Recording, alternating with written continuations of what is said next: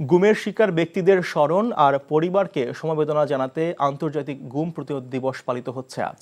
বাংলাদেশ এবার জাতিসংঘের গুম বিরোধী সনদে সই করায় দিবসটি বিশেষ মাত্রা যোগ করেছে। পরিসংখ্যান বলছে, গত 15 বছরে বাংলাদেশে 7 শতাধিক মানুষ গুম হয়েছেন। নিখোঁজদের সন্ধান, শনাক্তকরণ ও কেন গুম করা হয় তা তদন্তে 5 সদস্যের কমিশন গঠন করেছে অন্তর্বর্তীকালীন সরকার। রিপোর্টে জানাচ্ছেন মুকসিমুল আহসান।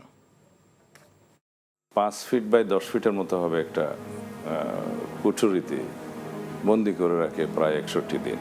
প্রতি মুহূর্তে আমি মৃত্যুর জন্য প্রহর গুনছিলাম। এরকম একটি সময়, অবর্ণনীয় অসহনীয় দুঃখ যন্ত্রণা। ঘুমাতে পারতাম না।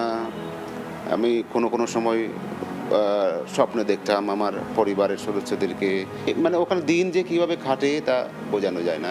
আপনি চিন্তা করেন, একজন লোক ছোট্ট একটা জায়গায় রাত দিন 24টা ঘন্টা, দিনের পর দিন, মাসের পর মাস থাকা, জানালা নাই, আর বাইরে দেখার তো সুযোগ নাই। কি সকাল বিকাল বুঝতে পারবেন না, এটাকে সিস্টেম করে রাখে ডিরেক্ট, যাতে আলোটা না ঢুকে। পূর্ব পশ্চিম উত্তর দক্ষিণ বুঝতে পারবেন না আপনি। জীবন্ত অবস্থায় আমি কবর দিয়ে দিচ্ছি, এটা আমার এরকম মনে হয়। সবচেয়ে কষ্ট ছিল তো সন্তানদের জন্য, যে আমি যদি জানতাম তোমার সাথে এই আচরণ করবে, একটু আদর করে দিয়ে আসতাম। 2টা মেয়েকে একটু আদর করে দিয়ে আসতাম। এতদিনের জন্য ওদের সাথে আলাদা হয়ে যাবো আমি চিন্তাও করতে পারিনি।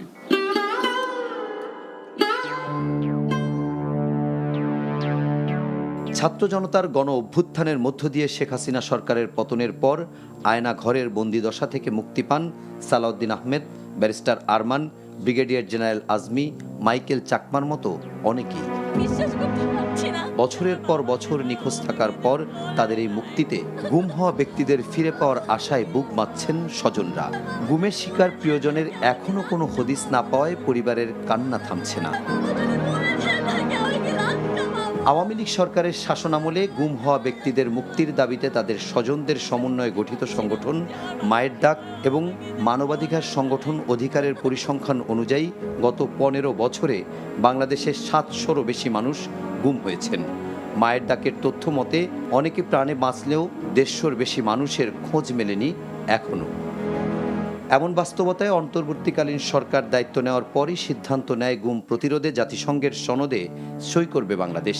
এর আগে জাতিসংঘের মানবাধিকার বিষয়ক 9টি সনদের 8টিতেই সই করলেও গত 15 বছরে গুম বিরোধী সনদে সই করেনি শেখ হাসিনা সরকার। অবশেষে সরকার পতনের পর গুম প্রতিরোধ দিবসের একদিন আগে সনদে সই করেন প্রধান উপদেষ্টা ডক্টর মোহাম্মদ ইউনূস। এর ফলে রাষ্ট্রীয় পৃষ্ঠপোষকতায় গুমের জন্য সরকারের যে কোনো প্রতিষ্ঠানকে জবাবদিহিতার আওতায় আনতে পারবে জাতিসংঘ। গুম করার অপরাধে বিভিন্ন গোয়েন্দা সংস্থা সহ আইন শৃঙ্খলা রক্ষাকারী বাহিনীর মাধ্যমে নিখোঁজ ব্যক্তিদের সন্ধান, শনাক্তকরণ এবং তারা কোন পরিস্থিতিতে গুম হয়েছিলেন তা তদন্ত করতে 5 সদস্যের কমিশন গঠন করে অন্তর্বর্তীকালীন সরকার। Muksimul Ahsan, NTV news, Dhaka.